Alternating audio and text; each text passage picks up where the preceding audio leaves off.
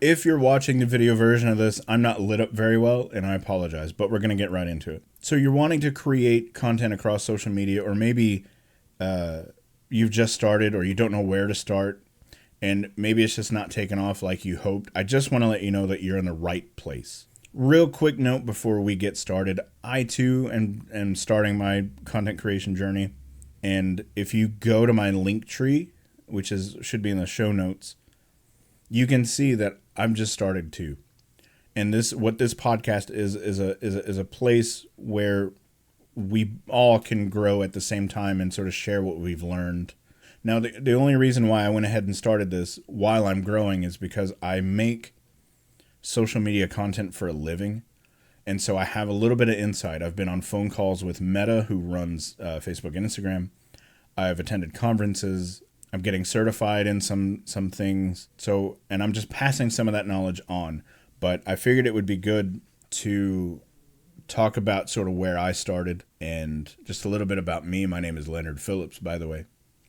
And just to tell you that sometimes this doesn't happen overnight, and that's all right. I started my very first YouTube channel in either 2013 or 2014. It bombed. I deleted it, and I started a new one in 2015, which, if you're watching the video version of this podcast on YouTube, youtube.com at Leonard K. Phillips, that's this channel, launched in 2015. And it was gaming content, kind of similar to what I'm doing across the board on like Console Chronicles, my other channel. We'll get into that in a bit. But it was mainly like a comedy channel, sort of like your JonTron, sort of that variety hour sort of situation. There was one video organically that hit 1,000 views, and it took me, I think, 2 or 3 years to finally get to 100 subscribers. So, and then I just let it go. Really slow growing, and all of the videos there are totally unlisted. I think I have close to 200 videos, and they're all unlisted. But anyway, they were all garbage, and I recognize that they're garbage. I didn't know how to, and I still struggle with titling things. My thumbnails are fine. I think that my titles are off still to this moment. And I tried another channel or two, definitely stretching myself thin, running many channels all at the same time, and they all failed, and I got rid of them all. But all of them failed because I did not know what I was doing. And gosh, I think I threw stuff together hoping that it would just take off. It was sort of that thing of, putting all your eggs into one basket and then just praying that something crazy happens. And my friends, that's not the right way to do things. There was no strategy at all. I was just hoping that something would happen. And it never did. So I got rid of them and I started fresh. And this channel that you're watching, if you're watching it on YouTube, I tried to revive it because I saw a little bit of success on Facebook. By a little bit of success, I mean I hit 200 followers, and I thought it would be neat to have a sister YouTube channel. All that failed, and I just sort of let it sit until 2021. For years and years and years, I knew I wanted to make something called Final Fantasy Fridays, and it was going to be either a podcast. I was really leaning towards podcast, and I could never make it work. I could never find time to play through the games, and I thought, well, I would be wasting a lot of time if I played through the games and took all these notes and stuff. I've since learned that that's not the right way to do it, but it was a way. And then in late 2021, I fell down the rabbit hole of YouTube gurus, is what I'm calling them. Gurus. I found some of those, and I got super inspired to make a YouTube channel called Returner's Hideout, which currently sits at 3,500 subs, and it deals specifically with the Final Fantasy series. This is because I love it so much, and I wanted to do something with it. That's all I knew. And so in November of 2021, I launched that channel, and I made a video. It was private, and I showed it to a few people, took some notes, and then the next month, a massive tornado hit our town and knocked out half of it, and we were displaced for a couple of months. So anyway, I made a video, and then I remade the private video that I showed people privately. And then video number 5 took off. When you're sitting at, 15, 20 subscribers and you get a video that has 2,000 views on it, you tend to not know what to do and you sort of implode, and that's exactly what I did. Since then, I have 150, I think, videos on that channel, 3,500 subscribers. It's been very on and off since then, but lately it's because I'm running a lot of extra stuff, one of which is another YouTube channel called Console Chronicles. And basically, it's the same idea as Returner's Hideout, just with gaming in general. Very specifically, with the games that I own. It's a huge life goal of mine to beat every video game that I own. It's been a goal of mine for a long time. And Console Chronicles is where I do that. It's a sort of really magnifying lens look at games that I own and make content for the beginner who's never played it before, and also the expert, that where we analyze individual sentences in the game and see if there's any fun conspiracy theories we can sort of glean from it, all while beating every game that I own. And so it's just a way to get a massive amount of content out and also scratch off a bucket list item at the same time. As I'm recording this podcast, I've actually got a TV loaded up with the next game I'm going to play for that channel. So I've got that going right now. I'm also playing another game for Returner's Hideout. So I'm playing 2 games at once and just analyzing pixel by pixel, going through. If you go on both of those channels, I haven't released anything in a long time. Oh, on Console Chronicles, I had shorts. I had a lot of success with shorts recently. One of them has 10,000 views, and I didn't expect it. And that channel also, I'm coming up on 100 subscribers now, so it's still fairly young and fairly new. But you can still have success either way. Whether you're a new channel or old channel, you can still find success. My focus now has been on social media, and I'm running a few different things at the moment. So I have a Facebook page. Again, Linktree, you'll find all this stuff. My Facebook page, the vast majority of people who listen to this won't find any value in it. It's me doing things locally, just around town, and for people that live in that town specifically. It's super fun stuff. You're not really going to enjoy it, but it's just for the people that live there, and it's opportunity to do more things in town. I'm about to launch a huge history of that town series, I guess. I don't know what else to call it. And I've gotten into, some of the museum of that town has gotten a hold of me since. So that's super neat. That's super fun. I have a TikTok also where I'm trying to reach new eyes in experimental ways. And that's really all that is for. And if you were to go to that and check that out, you're going to see just a barrage of weird stuff over there. Some of it successful, some of it not. Just me trying stuff out. I have a LinkedIn also. I'm going to sip this coffee real quick. I have a LinkedIn also, which is related to this podcast. And that's a place that's... so the YouTube channel and LinkedIn, and also on various other audio-related, Spotify, wherever podcasts are, that's where this podcast will live. And it's basically for getting businesses on board with doing social media content in a different way than they're used to. And to give them, I really think every business needs something. YouTube channel, social media, having an online presence is huge. And that's the main point of this whole podcast. And I realize a really roundabout way of getting there. I'm also coming out with a course pretty soon. Very, very, very low priced course. I'll get back into that and tell you why I'm doing that. Actually, we'll go ahead and get into it now. I mentioned YouTube gurus earlier. And I talked to earlier, they helped me out a ton. They really, really did. And I think it's important to recognize that. They helped me out. They super inspired me to make content in the first place. They are there to sell you something at the end of the day, which, here's the thing, I respect it. I totally respect it, and I love them for it. I have a very select few that I listen to. Think Media was one of them. Channel Makers, Nate Black, Ed from Film Booth, all those guys. I love them, but they are there to sell you something. And some of their courses I've seen are like $4,000, and that's insane for somebody just starting out or at any level. It was the same thing. So the course that I'm trying to launch, or I'm about to launch, so basically it's your all-in-one YouTube starter package, and it has like a thumbnail 101, how to make thumbnails for free that are good, and including AI because it's a huge deal. And I'm not here to sell you anything right now, just telling you what is in it. It's not even, as of right now, it's not even made yet. Content creation and how to find a niche and how to do all this stuff. My problem with YouTube gurus is they make you focus in on stuff that makes you spin your wheels long enough to keep you busy and wanting to know what's next, and you don't get that what's next until you buy their course. And I think that's a little, I don't know, man.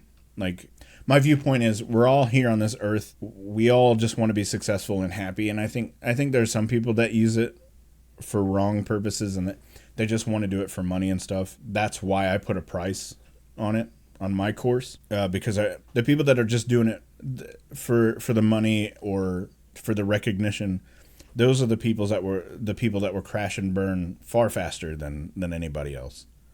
Because they're not getting that instant gratification. And the people that want to do it for real realize that it's going to take a while. And once you know what you're doing and launch something else, it's not going to take as long. You've learned things, right? That's the important takeaway. And the people that just want to do it for a cash grab really quickly, those are the ones that sort of blow up and then go away overnight.